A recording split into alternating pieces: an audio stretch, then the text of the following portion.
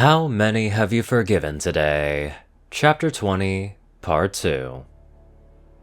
Nightmare has been looking at the hoof she used to clear Anon's nightmare. It feels tainted by his dream. A nightmare she has never experienced before, but one she knows all too well. She grits her teeth as she slams her hoof down in anger. Why did she help him? She owes him nothing.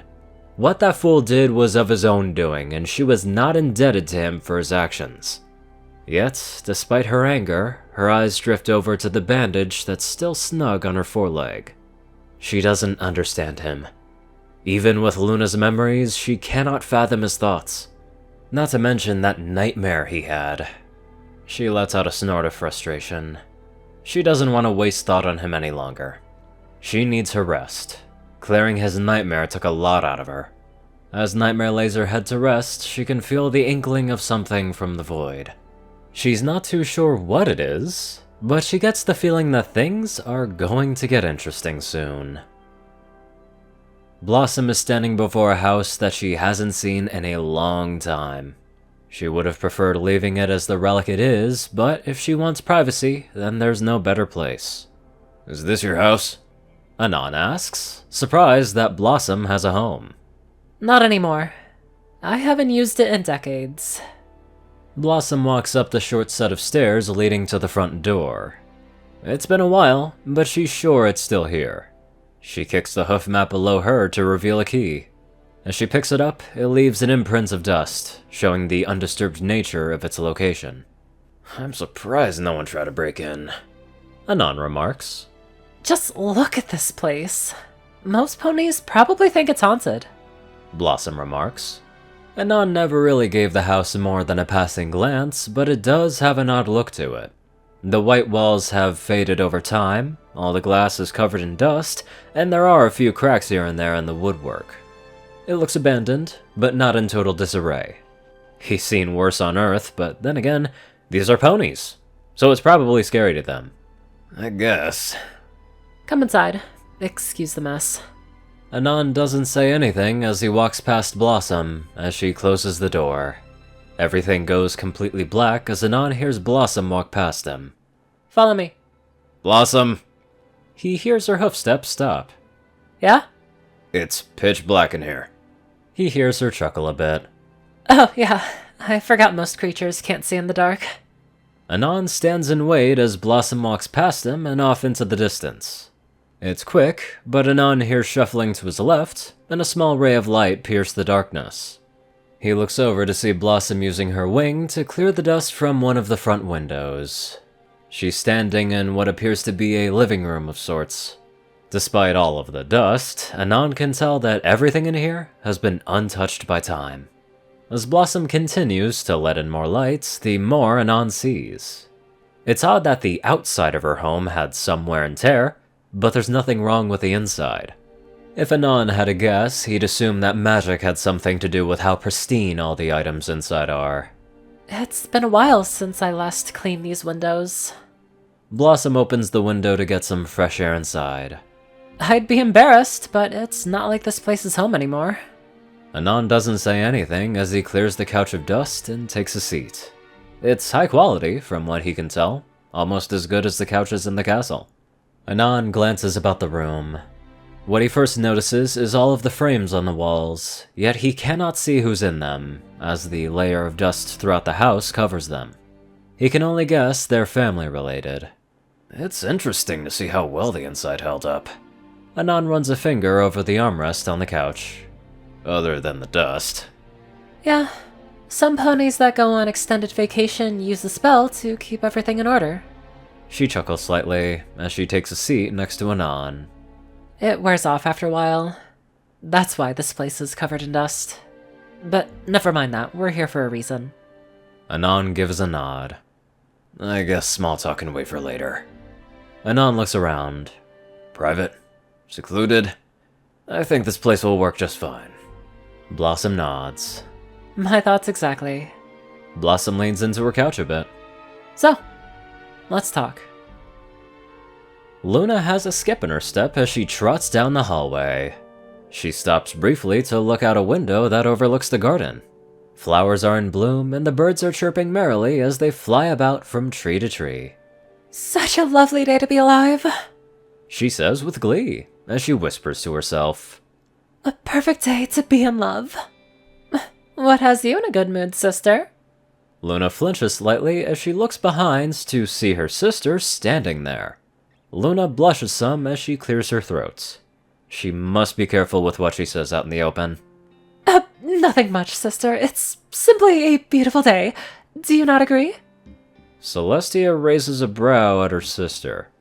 Well, the days are always beautiful, as are the nights. What makes this day special? Well...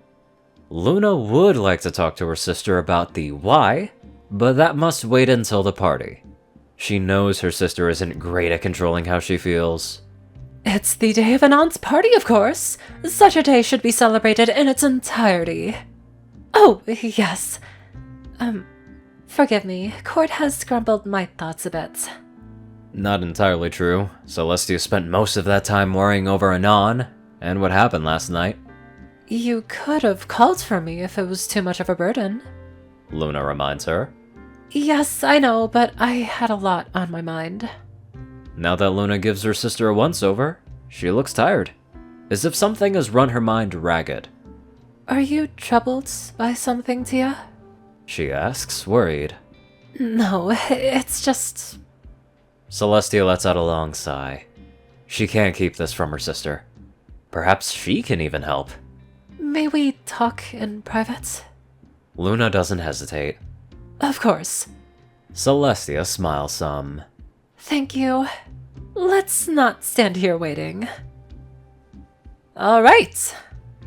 So, where to begin? Blossom rubs under her chin in thought. This house, probably. Yeah, that makes sense. Anon notices as Blossom looks around, a certain glint in her eye appears. A look Anon has never seen from Blossom before. This place has a lot of memories. Blossom remarks. She looks over to a small stand next to her that has a frame on top of it. She picks it up and tosses it over to Anon. Anon catches it and looks over at Blossom. She nods her head to it, and he clears off the dust and looks at the photo inside the frame. His eyebrows raise in surprise. It's Blossom. She looks almost exactly the same as she does now, with a few exceptions, such as less noticeable crow's feet under her eyes and a bit more of a toned appearance. That's not all he notices. There's also an earth pony standing beside her, his foreleg over her withers. An embarrassed look was on Blossom's face and a large smile on his. The two of them were decked out in full plate armor. As Anon examines the photo closer, he even catches what appears to be a battalion of ponies behind them, as they march on towards the horizon. That photo was taken a few weeks before our battle with the Griffins. Anon looks over to see Blossom looking off into the distance. The pony beside me was named Sweeping Gales. Was. That's the word Anon focuses in on. He can already draw an idea of what this is all about, though admittedly, it was only a vague one. He died? Anon asks. Blossom smiles slightly. No, but I wish he had. Celestia and Luna are now sitting in their seats. The two of them even went so far as to combine a privacy spell to ensure that nothing could hear them. Luna can tell that whatever her sister wishes to speak with her about is a serious problem indeed. We are disconnected from the outside. So what's bothering you? Luna asks.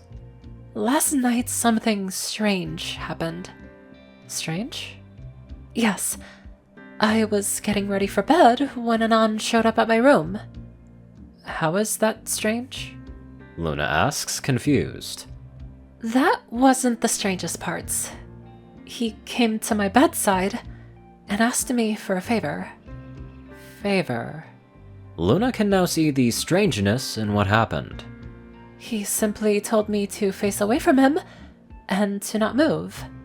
I saw no reason to deny his request, but the strangest part was when he got in bed and held on to me.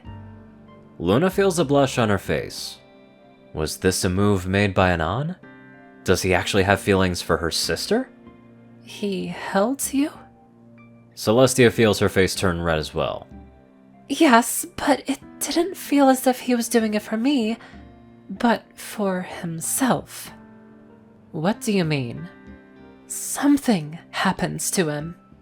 Celestia feels her face harden some. I don't know what hurt him, but it was strong enough to drive him to seek comfort. Luna should feel jealous to think that Anon would go to her sister for comfort instead of her, but that doesn't matter to her. All she cares about is Anon. So much so, she can already feel the fur on her body start to stand on edge, as her attitude falls to a serious one. Was it Twilight?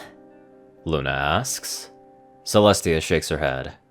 I doubt it. I was speaking with Twilight last night. There's no way they could have ran into one another. Did he not tell you what happened? Oh, you know him, Luna. He keeps so many things to himself. I feared to ask him at such a delicate moment. Then why not this morning? He left before I could raise the sun. I have no idea where he went, but I feel that giving him space was the best choice for now. Luna looks to her hooves in thought. She understands her sister's point, but she also can't stand the unknown, let alone the thought of some creature harming the one she loves. Luna's thoughts come to a halt as she hears sobbing. She quickly looks up to see her sister covering her face as tears run down her cheeks. Tia? Luna quickly gets up and walks over to her sister. What's wrong? It hurts so much, Lulu. I want to protect him so badly. Yet I know that if I keep him close, then he'll simply push me away. Luna hates seeing her sister like this. It wasn't even a few hours ago that Luna was in the same seat as her sister. She wants to keep what she knows a secret until after the party. But perhaps this may be the best time. You're afraid because you love him. Luna feels the words leave her mouth. Celestia stops crying as she looks up at her sister. Excuse me? Tia? I have something I need to tell you. The fate of Equestria itself pales in comparison. Celestia can hear how serious her sister is at this moment. What could be so important that not even Equestria can match what her sister wishes to speak about? Tia, Anon and I fucked. We fucked so fucking hard. Jesus fucking Christ. But damn, there's a lot of emotional damage going on. One can only hope it'll get fixed in time. Anywho, let's get on to our bright donators. Top donators are 630, TacoCat598, Only One Thing, Ceru, Orion, and IronSky. Darkside, Rayden, Narwhals, Blackmoonheart, Pastel Skies, Austin, Rolan, Stu Hex, Swordbrother, Mordred, Omicron, Lyre, Will, Chris, Twinkie, Rizel, Badass Waffle, Shadow Moon, Luigi88, Chancellor Crust, Big Smoke 369, Bobcat GJF, and many more fantastic people. Thank you all so much for watching this video and live life to the fullest.